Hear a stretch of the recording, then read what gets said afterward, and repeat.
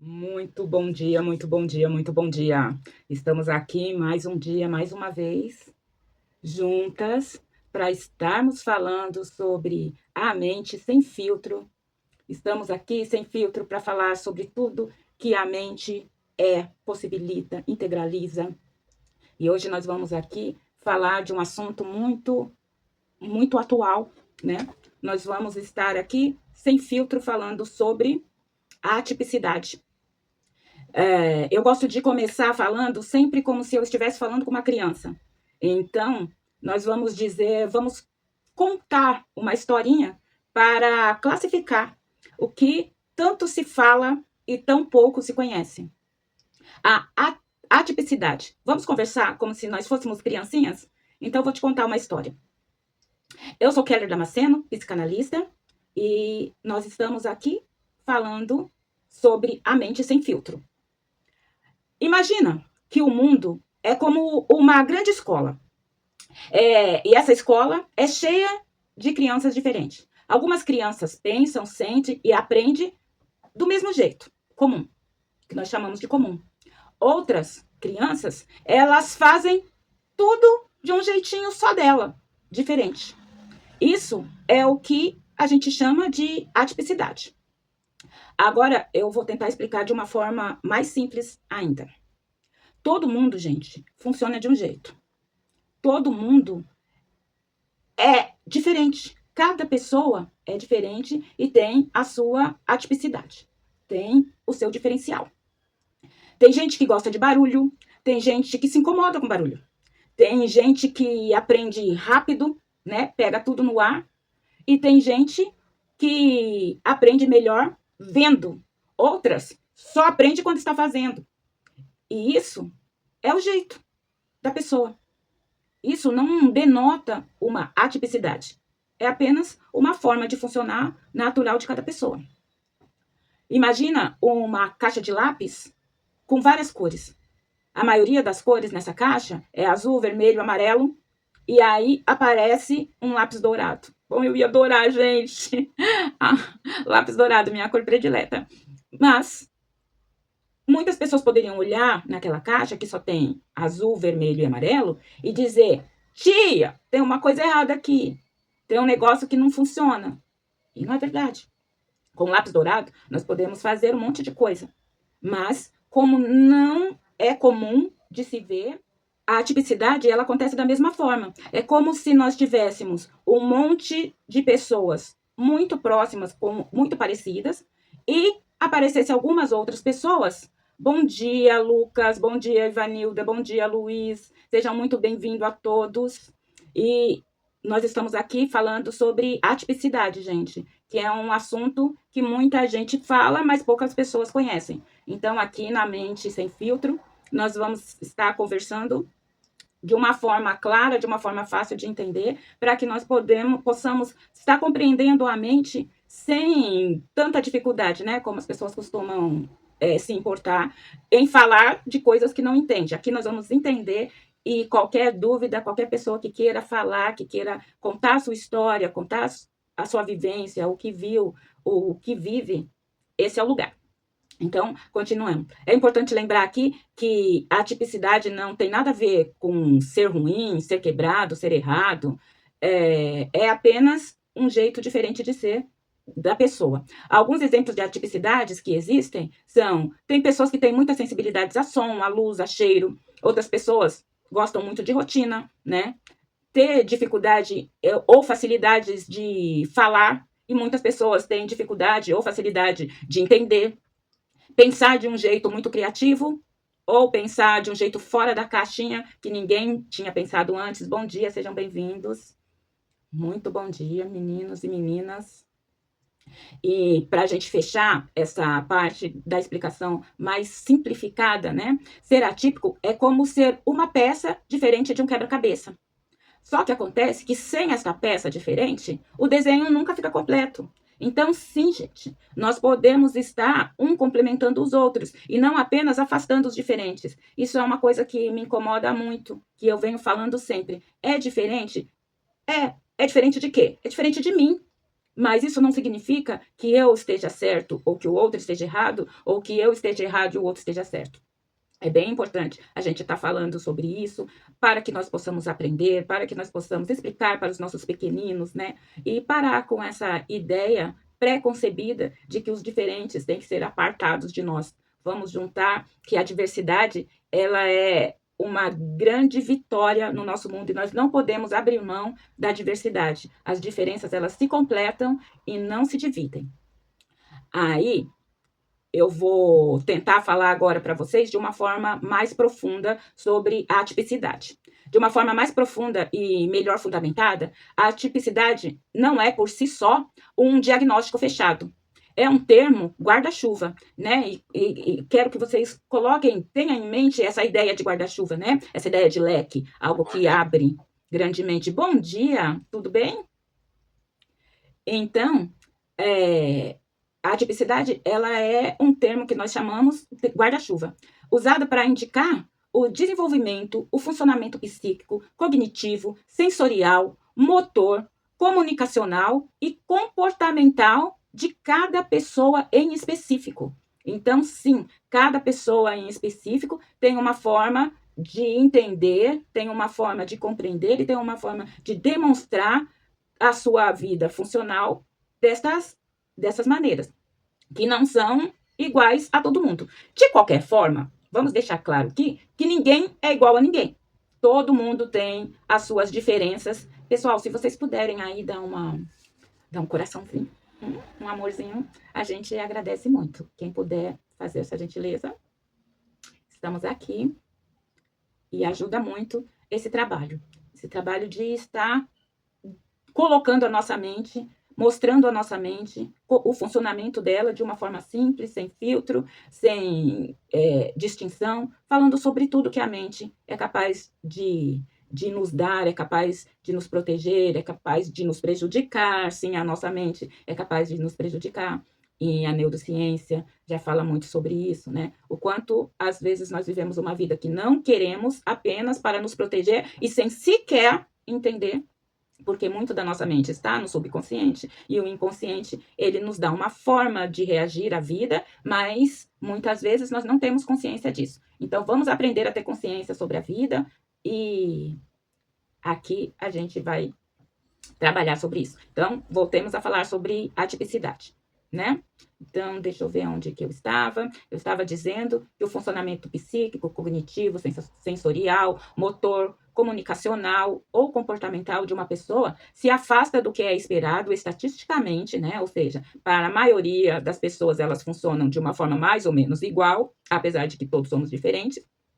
E em determinada faixa etária, também é importante dizer que muitas pessoas de faixas etárias diferentes agem de forma diferente, né? Em saúde, educação, o uso mais comum hoje aponta para o desenvolvimento atípico ou a neuroatipicidade, como nós falamos, né? Especialmente quando há diferenças persistentes, porque existem diferenças que elas vão se adaptando de acordo com o crescimento, a linguagem, a aprendizagem, a atenção, interação social, comportamentos adaptativos e coordenação motora, ela vai se afinando naturalmente. Mas quando ela persiste em não se afinar, aí sim nós temos aí uma atipicidade ou uma neuroatipicidade. Falando disso, o ponto mais importante é este: a atipicidade não significa que essa pessoa que tem essa atipicidade, ela seja inferior, errada, quebrada. Significa que o desenvolvimento não segue aquele padrão mais frequente.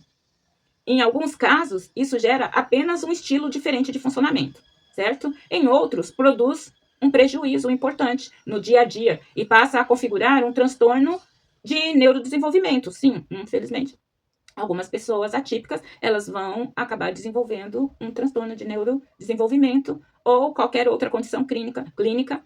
Por isso, na prática, a avaliação seria sempre pergunta duas coisas fixas, né? Existe uma diferença da maioria das pessoas? Se sim, essa diferença traz algum sofrimento? Traz algum prejuízo no funcionamento? Se sim, aí a gente segue um tratamento que a ciência costuma chamar de atipicidade, e essa atipicidade tem como ser vivida de uma maneira a trazer esta pessoa a funcionar de uma melhor forma para ela se adaptar, né, a este mundo. Lembrando também que nós, aqueles que não são neurodivergentes, ou seja, aqueles mais comuns, e aí, gente, eu gosto muito de falar, né, do tipo sanguíneo. Beleza. Ah, eu sou O positivo. É um tipo sanguíneo comum. É um tipo sanguíneo comum, não é raro. Aí vem uma pessoa A negativo, por exemplo. É mais raro? Não sei, gente, porque eu não entendo muito de biologia. Mas vamos dizer que o A negativo, ele seja mais raro. E aí eu vou dizer que o sangue A negativo, ele é ruim, ele é errado? Não, ele está funcionando, ele está fazendo aquele corpo viver de uma forma saudável e está tudo bem. Mas nós, humanos, nós queremos fazer um monte de espelhinho refletindo a nossa imagem. E isso é que às vezes traz o sofrimento para as pessoas atípicas, né? A gente querer que as pessoas atípicas se pareçam com a gente, quando elas têm as suas especificidades comuns. O que a ciência costuma chamar de atipicidade? No campo clínico, a atipicidade é uma forma organizada de entender, de pensar, de viver a trajetória do seu desenvolvimento. O desenvolvimento típico tem uma trajetória em que as habilidades motoras, de linguagem, cognição, regulação emocional, interação social vão surgindo dentro de umas faixas etárias esperadas. Existem pequenos atrasos, pequenas diferenças, mas ela segue aquela coisa rápida, né? Aquela coisa certa. O desenvolvimento atípico aparece quando essa trajetória pode ser atrasada, desviada, irregular ou qualitativamente diferente, né? Isso pode acontecer por fatores genéticos, neurológicos, ambientais, perinatais, infecciosos, traumáticos ou por uma combinação de vários fatores. Existem vários tipos de atipicidade. A forma mais útil de responder é separar por 3 níveis: por área afetada, por categoria diagnosticada e por origem. A atipicidade por área de funcionamento é geralmente a atipicidade cognitiva e intelectual. Quando há uma diferença importante no raciocínio, na resolução de problemas, na compreensão de autonomia, no comportamento adaptativo. Em casos mais marcantes, isso pode até se enquadrar numa, como digamos, do que chamamos de uma deficiência intelectual, tá bom?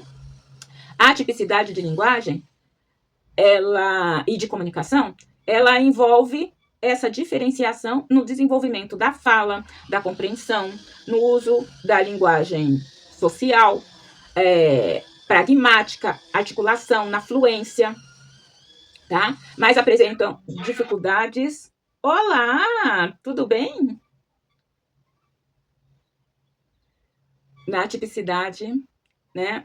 Gente, desculpa, eu tento ler aqui e continuar, mas a gente vai lidando com isso. Muito bom dia.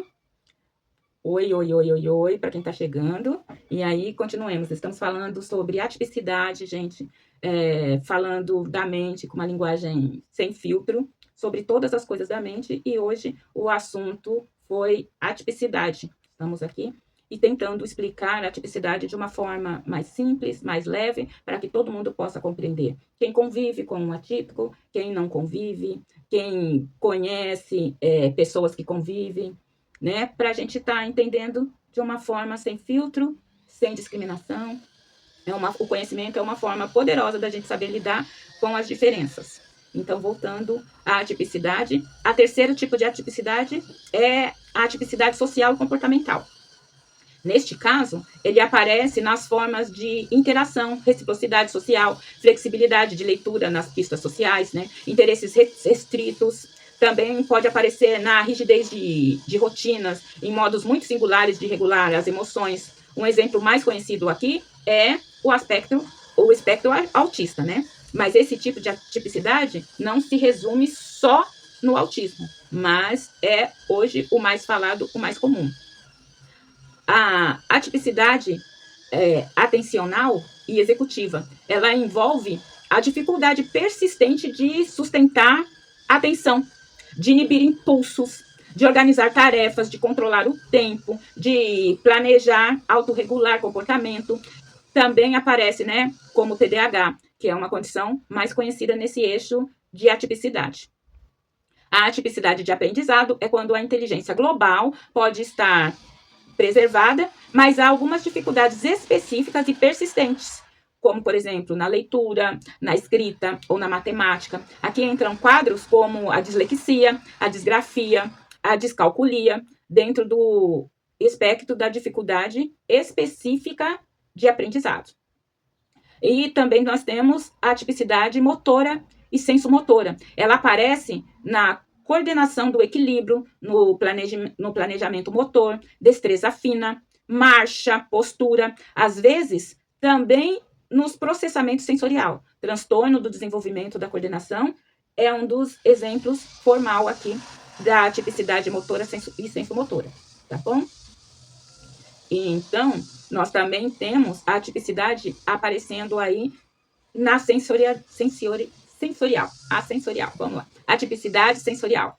Embora nem sempre seja um diagnóstico isolado, porque geralmente não é, nós somos pessoas complexas e não existe só um tipo, às vezes nós temos um compilado de tudo isso que foi dito, mas, embora nem sempre seja um diagnóstico isolado, muitas pessoas apresentam hiper ou hipossensibilidade, né? Ao som, à luz, ao toque, ao cheiro, à textura e movimento. Isso pode coexistir com TEA, TDAH e outras condições neurodivergentes. E imagina como essas coisas todas que foi falada agora traz sofrimento para o indivíduo, né? E aí há necessidade de uma adaptação para que essa sensibilidade ela possa ser controlada de uma maneira a manter essa pessoa num estado mais aceitável, né? Como eu digo, não seria aceitável, mas confortável, num estado mais confortável. Aí vem a segunda, que é a atipicidade por categoria diagnóstica, né? Se usarmos, né, a classificação contemporânea nos transtornos de neurodesenvolvimento, os principais grupos reconhecidos incluem deficiência intelectual, transtorno de comunicação, transtorno do espectro autista, TDAH, transtorno específico de aprendizagem, transtornos motores e transtornos de tique. Essa organização aparece nas sínteses sobre o DSM-5 e na literatura acadêmica atual sobre o neurodesenvolvimento. Dentro desses grupos, os tipos mais conhecidos são o transtorno neurológico e do desenvolvimento, que afeta a comunicação, a aprendizagem, o comportamento e a interação social, com apresentações muito variadas, razões pela qual se fala em espectro, né, para aumentar essa abordagem. Depois nós temos os transtornos de déficit de atenção, né, ou hiperatividade, o TDAH, que é um transtorno de desenvolvimento marcado por desatenção, hiperatividade e ou impulsividade persistentes, e neste caso, gente, para constituir um transtorno, ele tem que haver um prejuízo funcional, né? Em casa, na escola, no trabalho, nas relações. Esse transtorno, para ser um transtorno, ele precisa estar trazendo aí para o indivíduo um prejuízo funcional.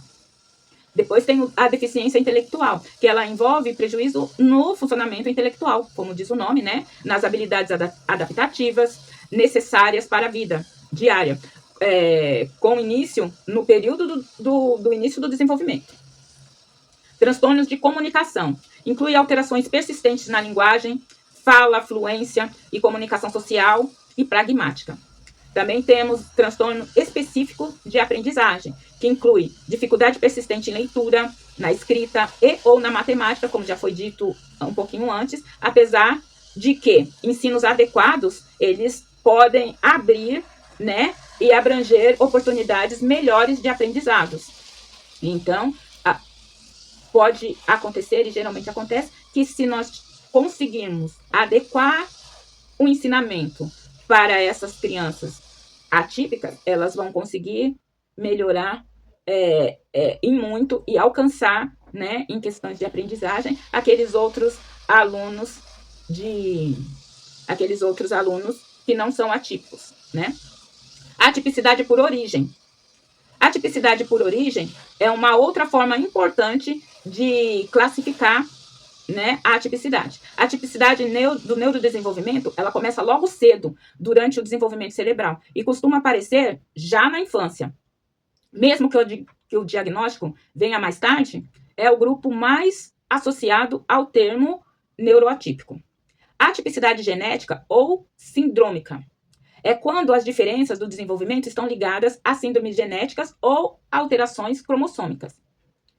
A atipicidade adquirida. A atipicidade adquirida é quando as alterações surgem por lesões, infecções, prematuridade extrema, trauma, intoxicação e outras condições médicas que desviam a trajetória do desenvolvimento.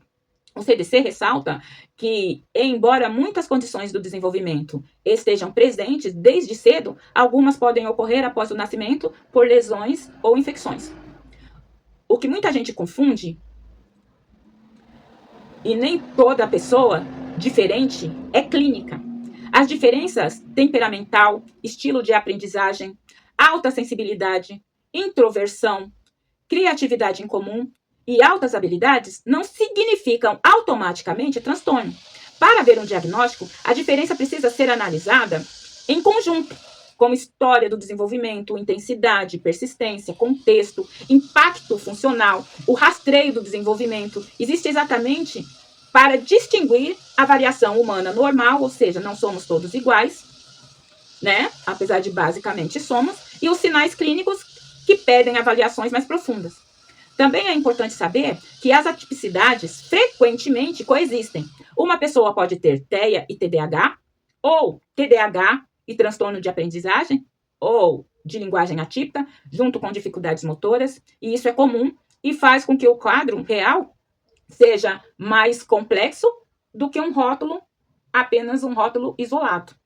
Em resumo, de forma mais precisa, a tipicidade é um desvio relevante do padrão típico de desenvolvimento ou funcionamento que pode aparecer em uma ou mais áreas.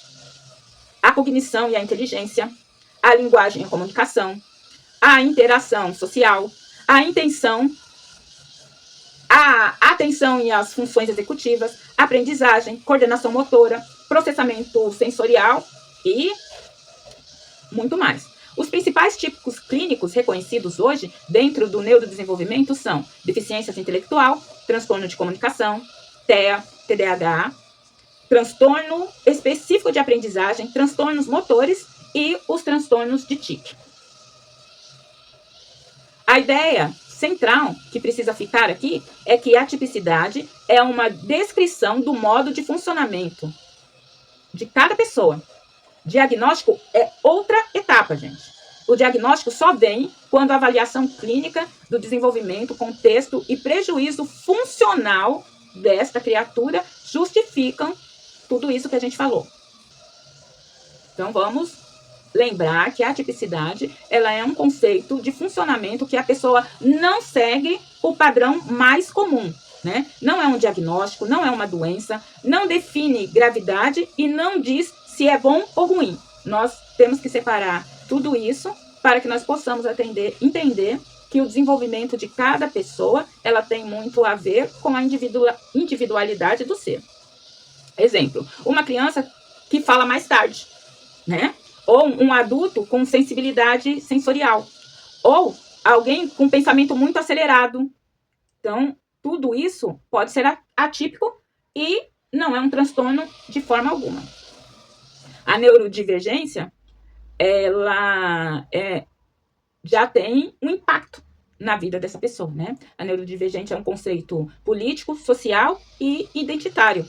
Ela nasce dentro de um movimento de neurodiversidade que propõe diferença neurológica, que não são defeitos, são variações humanas. Ou seja, né, como nós já dizemos, o autismo, TDA, dislexia, altas habilidades, e aí vai.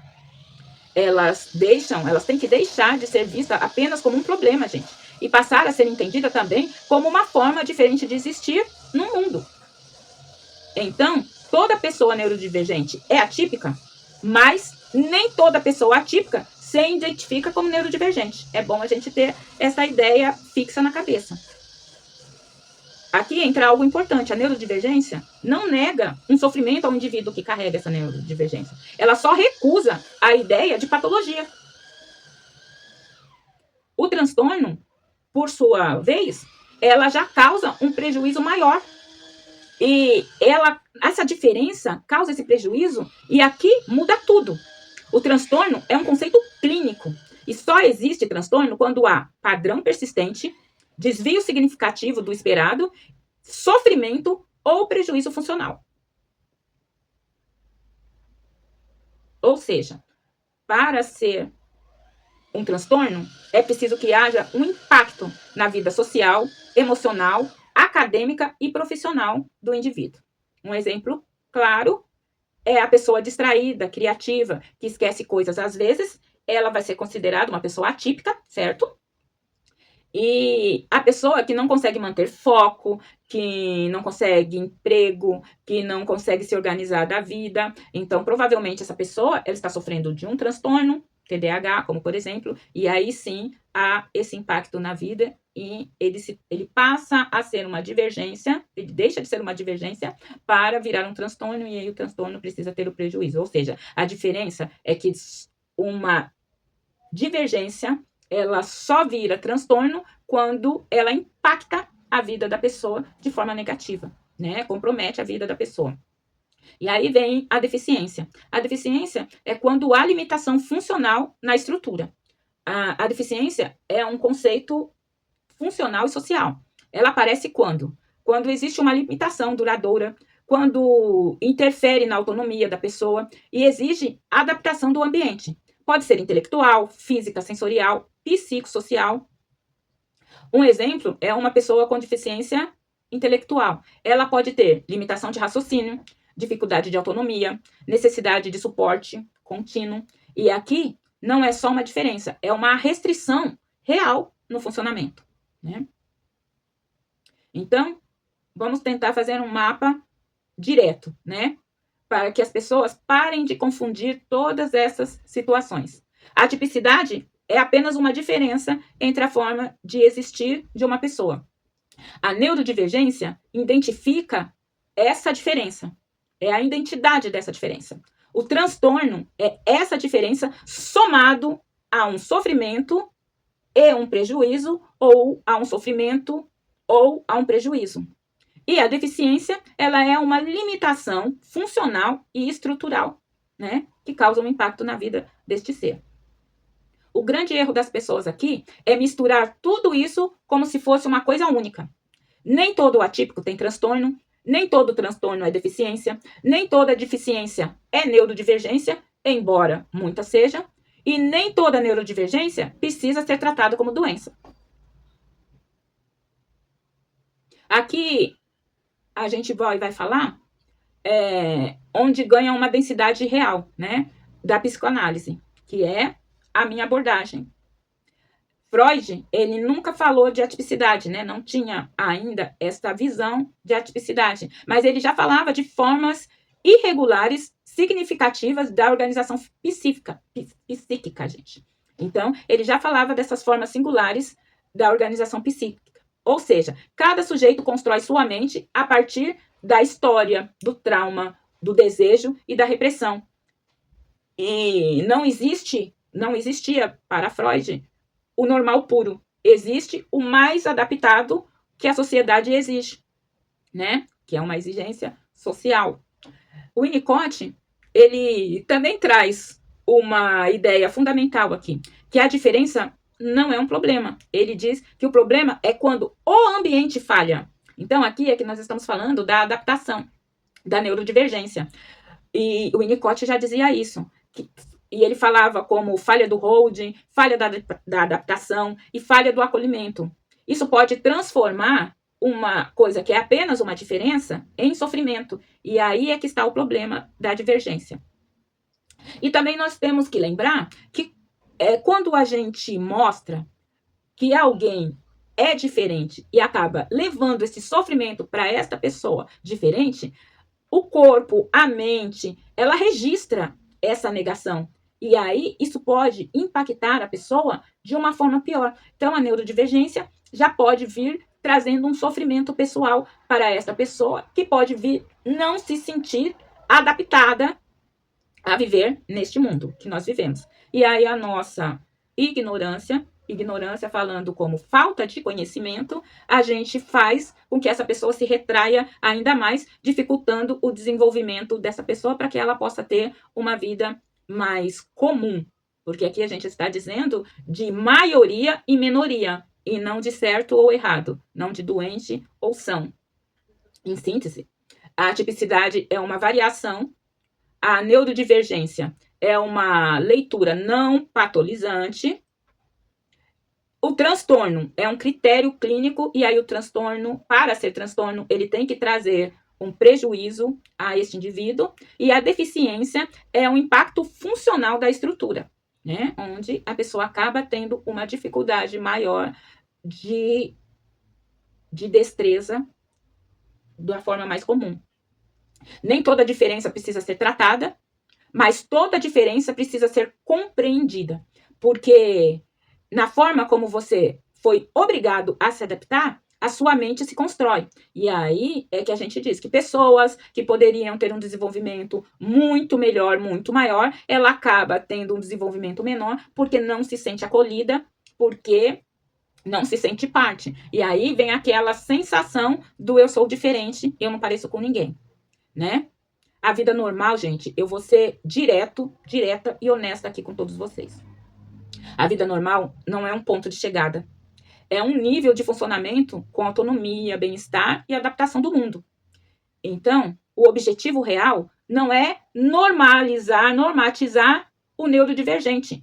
O objetivo real aqui é aumentar a capacidade do neurodivergente de viver bem no mundo real sem se perder no que ele é. Porque aqui a maioria das pessoas, elas vêm querer estruturar uma forma aplicável de viver. Então, se a maioria vive desta forma, então as pessoas divergentes têm que viver da mesma forma que nós. E isto não é aplicável, isto não é saudável, isto não é comum. Se você não é neurodivergente e pensa desta forma, então você precisa rever os seus conceitos. Antes de qualquer coisa, nós temos que perguntar o que define funcionalidade, né? A funcionalidade, ela pode vir a ser definida através de algumas perguntas. E essas perguntas são: se comunicar minimamente bem? Essa pessoa consegue se comunicar minimamente bem? Então, se ela consegue, ela está funcional. Independente dela se comunicar como eu, como você, ou como a Maria da esquina. Ela consegue sustentar uma rotina? Se a pessoa, ela, por exemplo, né, aquelas pessoas neurodivergentes que precisam de rotina. Se ela consegue sustentar essa rotina, equilibrar a sua rotina, ótimo. Ela é uma pessoa funcional, ainda que a rotina dela não seja parecida com a minha, por exemplo, que aceita as diferenciações do dia a dia. Eu consigo pular obstáculos com facilidade, eu consigo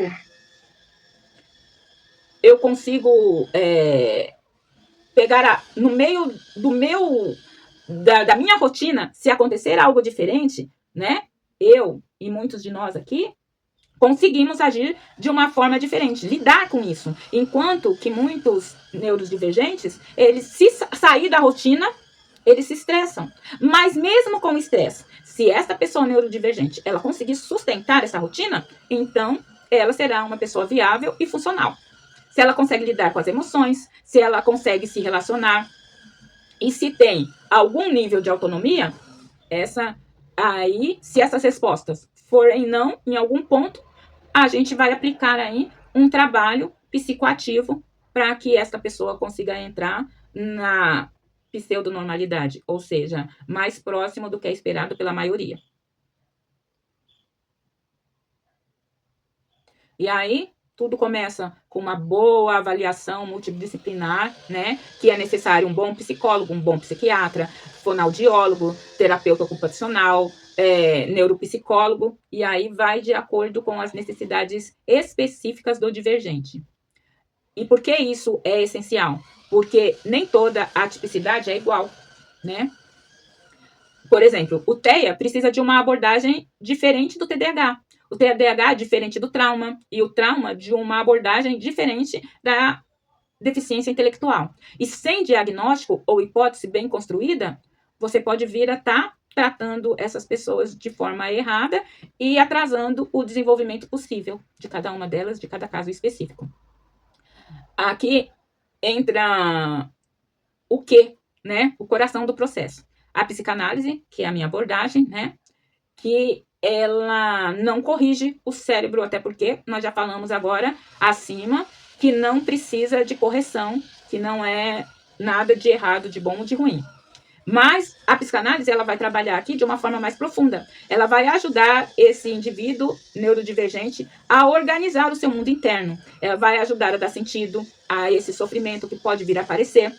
Ela vai trabalhar a identidade única, né? Uma vez que todos nós somos únicos, mesmo sendo mais comuns ou menos comum, né? Vide aquele exemplo do sangue. O meu tipo de sangue é comum, o meu tipo de sangue é raro. E não deixa de ser um sangue usual, um sangue que traz vida, saúde, etc. para todo mundo, né? Aqui também na psicanálise, nós vamos ajudar esse indivíduo a reduzir as angústias, a fragmentação, né? Sustentar ali uma situação leve. E isso é crucial, principalmente quando existe no neurodivergente a sensação de inadequação, a sensação de rejeição, o histórico de trauma ou dificuldade de pertencimento. Outras abordagens complementares ao TCC, Outra abordagem complementar à psicanálise é o TCC, que ele pode ajudar a organizar o comportamento e a rotina. São terapias comportamentais que ajudam nas habilidades e nas práticas. A terapia ocupacional, que vai adaptar esta pessoa ao mundo real. E aqui é importante a gente dizer que uma não exclui a outra. Aqui é uma questão de integração e não de disputa de abordagem.